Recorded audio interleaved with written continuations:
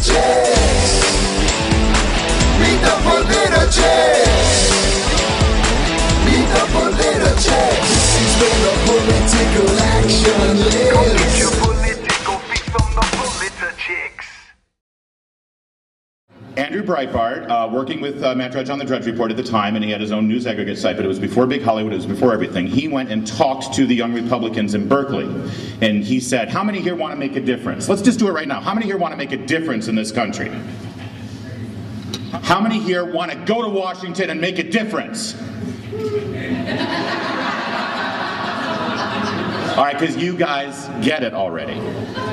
But rewind 5 years ago, before Andrew started what he did, before he empowered so many of us from our living rooms to be able to make a difference without going to Washington, D.C., and also put in mind that you've got a bunch of young Republicans in Berkeley who, you know, have just paid a lot of money for a degree, every hand went up.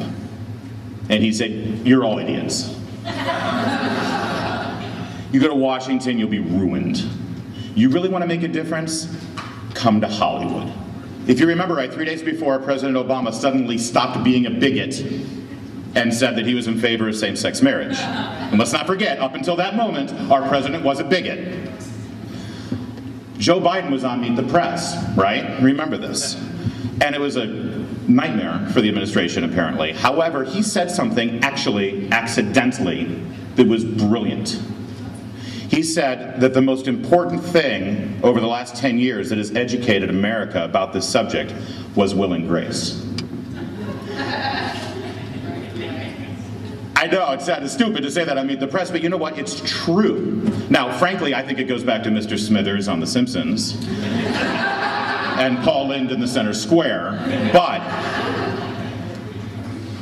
he was right in the fact that will and grace did pave the way to the debate that we're having right now, to the President of the United States saying that he believes that marriage should be redefined between one man and one man and one woman and one woman. It started with will and grace, it started with the culture, it started in Hollywood. We're 10 years later in Washington, D.C., and finally they're legitimately and aggressively addressing the issue. Hollywood started it. Hollywood money started it. So I do think that culture drives politics. The Tudors is about the Henry VIII realm, the entire Henry VIII realm. And I'm at the place, I'm in the middle of the second season right now, when he's already married Anne Boleyn, he's already separated from Rome, but there's a lot of dissent in England because, for God's sake, I mean, we've just separated from the church in Rome, right? I mean, a lot of people, even though they've had to swear an oath to the king and swear that the king is now the head of the church, a lot of people are like, am I gonna go to hell now, right? And Cromwell, who was the chancellor then, who also ended up getting beheaded, if I remember right, everyone lost their head eventually.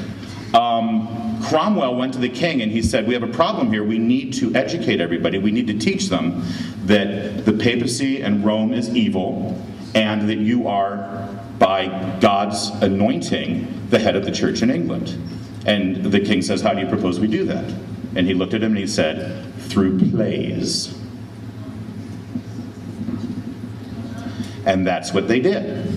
And they set up a series of plays and toured the country that were very anti-papist, very anti-Rome, and eventually the mood in the nation, until the next king, was very, hey, great, we're the Church of England now.